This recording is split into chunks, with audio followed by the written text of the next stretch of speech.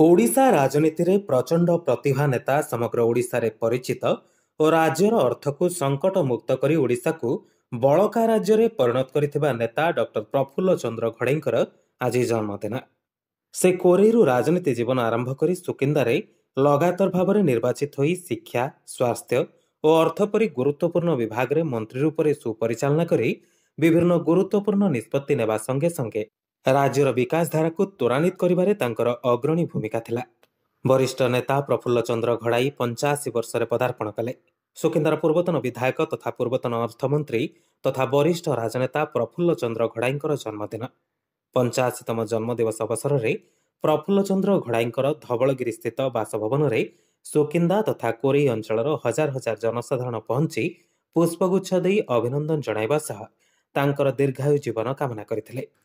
एथिरे सुकिंदार महिला और युवक मानक सहित मिसी केक काटी बहु आडंबर सहित पालन करा जायछि। से सारा ओडिशार राजनीतिक क्षेत्र में एक अलौकिक चेहरा।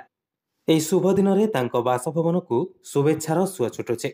श्री घड़ई तांको सुपुत्र पूर्वतन मंत्री शुभेच्छु मानक अभिनंदन जणाइथिले। राजनीतिक नेता बर्तमान जो राजनीति कलुषित होती कौन के समाज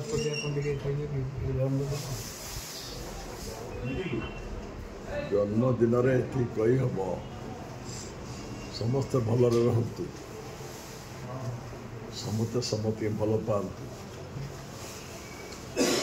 भल पाइबा मो जीवन में समस्त भल पाइबा, समस्त उपकार करवा, देश सेवा करवा जीवन व्रत देखुची। आज लोक भल पाइबा, आज हजार हजार लोक देखुची भेटुंट, स्नेह श्रद्धा दौरान।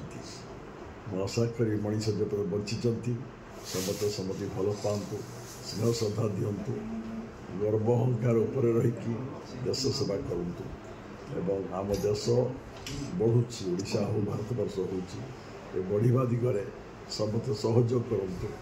आम समस्ते समृद्ध भारत वर्ष समृद्ध ओडिशा रे बंचार अधिकार पाइपर, जीवन हम सफलता, स्वाधीनतार सफलता गणतंत्र हम सफलता ये कही समस्त भल रहतु, परिवार भल रहतु, सुख स्वच्छंद रहतु।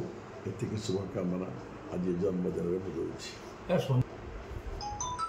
समय बदली, शासन बदली, आइडियोलॉजी बदली, नीति आदर्श संज्ञा बदली।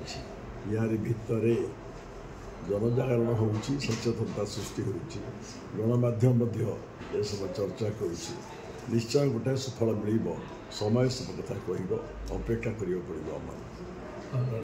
जाजपुर अभिमन्यु मिश्र रिपोर्ट लिव लाइव ओडिया।